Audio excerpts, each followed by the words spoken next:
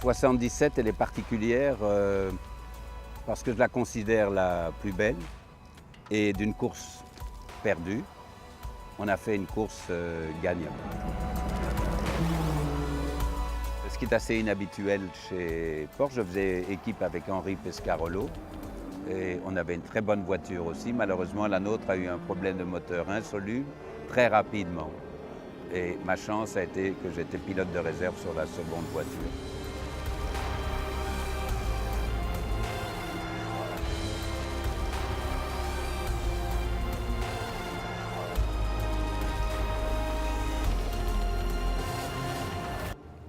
Très sincèrement, je n'ai pas rendu mon volant aux arrêts.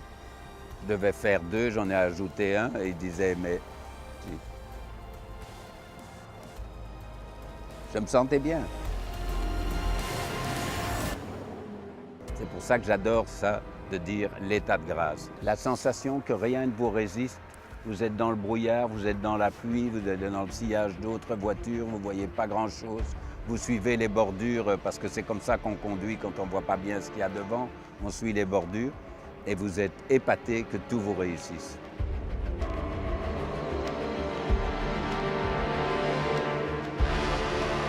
La dernière heure a été particulièrement délicate, émotionnellement, parce que la voiture était sur 5 cylindres et on était incapable de dire si elle allait encore pouvoir faire le dernier tour et passer la ligne. Cette année-là, il y avait 3 Renault d'usine qui avaient mené la course successivement, qui étaient rapides, performances, avec des pilotes de talent, mais ils n'ont pas fait la distance. Et nous, on a failli ne pas la faire. C'est ça la belle histoire.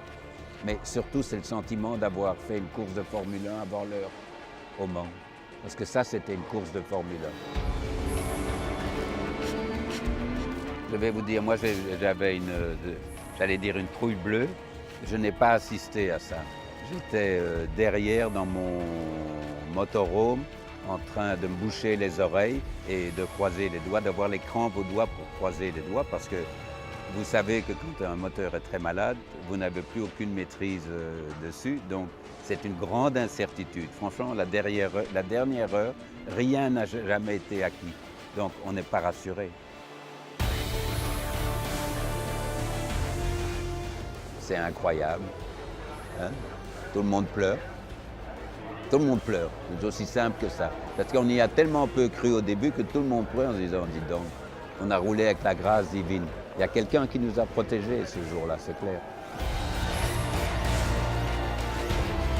Ce qui m'épate le plus, c'est que tout le monde dans cette équipe s'est sublimé. Et qu'à la fin, d'une chose impossible, le sentiment d'imaginer que ça peut se faire existe quand même, c'est aussi un sentiment fou.